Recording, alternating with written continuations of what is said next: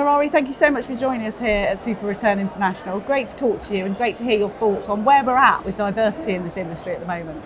Absolutely. Where we are, I think, by the way, we're at a place where the conversation is shifting, where we have multiple stakeholders, and our investors are always a great stakeholder with accountability, with data, with transparency. But our new stakeholder, or I guess the one that's not new but more prevalent at the moment, is our current and future population of employees. And part of the reason that I do what I do is to serve that population, to ensure that we're creating a diverse workforce that people want and are proud to be part of. It's almost like we've got to a point with this now where companies know that they need to have a good policy in place. They know it's business critical and it's good for the bottom line, but they don't really know how to implement it properly, and that's where people like you come in. Absolutely. And I think, by the way, to your point on policy, I think people are now going beyond policy. So I see a lot of organizations, some of our portfolio companies, setting up their first DEI councils, right? So we have our CVC Group DEI Council, which is 8 people in a decision-making body group. But across our network, we're 61 people committed to a DEI council, right? And so that momentum, to your point, is there. There's current employees that are very focused on ensuring that the workforce that we have is reflective of the world that we live in. So that's kind of the internal perspective. Right. Flipping that now, looking at the external perspective, what are you now looking for in portfolio companies, and how important is that becoming too? We're looking very much to be part of their journey, right? So from an accountability perspective, our portfolio companies do submit data to us on where they are in terms of headcount, and relevant to where they're located, geography, that data varies, right? They give us data on how many women they promote and how senior they are and so forth. But now it's more about partnering and giving them resources, advisory support where they need it. And I think the challenge with the portfolio companies will always be that the geographies and sectors quite vary.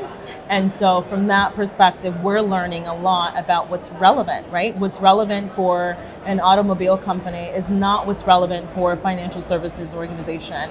And being able to tailor the resources that we provide has been an incredible, actually, learning curve for me, but also a reminder that all of us in the ecosystem are really much committed to a long journey.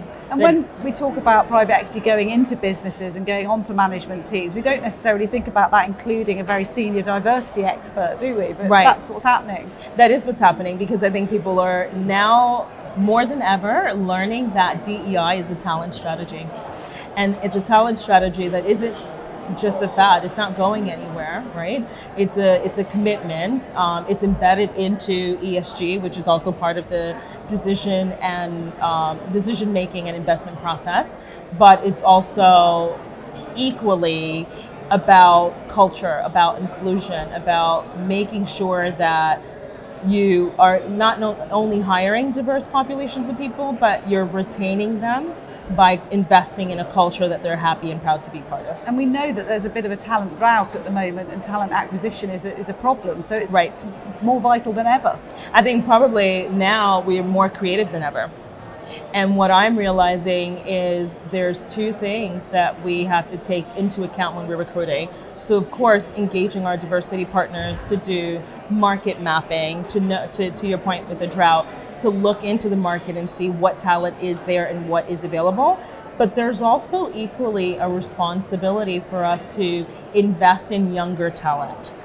Invest in people who are still probably in their university journey, but have to learn about what private equity is. And perhaps this should be an effort across the industry, not just because your company is going to benefit from a few individuals. Yeah, absolutely. It's knowing that you're making that investment, and they may choose another firm, to join, but they might also just learn a little bit about yours and probably meet a mentor or a sponsor that can lead them through their career. And spread the word. Correct. Talking of which, there's 4,000 people at this conference. It's the biggest ever. How are you enjoying it, and why do you think so many people are here?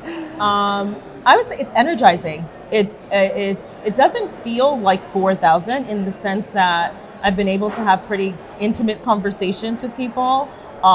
So I feel great being here. I think after the panel, there are a couple of people that have wanted to keep in touch to keep the conversation on diversity going. But I think, by the way, it was very well curated. It's been wonderful. Good. It's really great to share the time with you, and thank you so much for joining us. Always lovely to talk to you.